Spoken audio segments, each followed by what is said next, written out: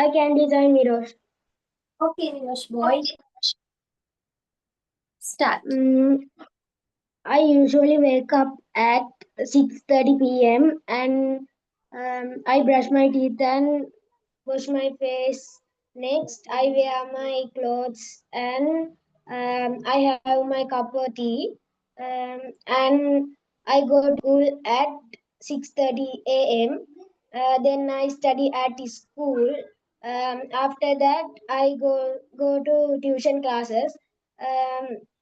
Next, I come to home at 5:30 p.m. Next, I bath and I have my evening tea. Then I do my homework and I study at English spoken course with Udya teacher. Um, then I go to bed at 10 p.m. Good boy. So nice. Darling, so you have to tell without seeing. බලන්න නැතුව තමයි කියන්න ඕන. But today is first day.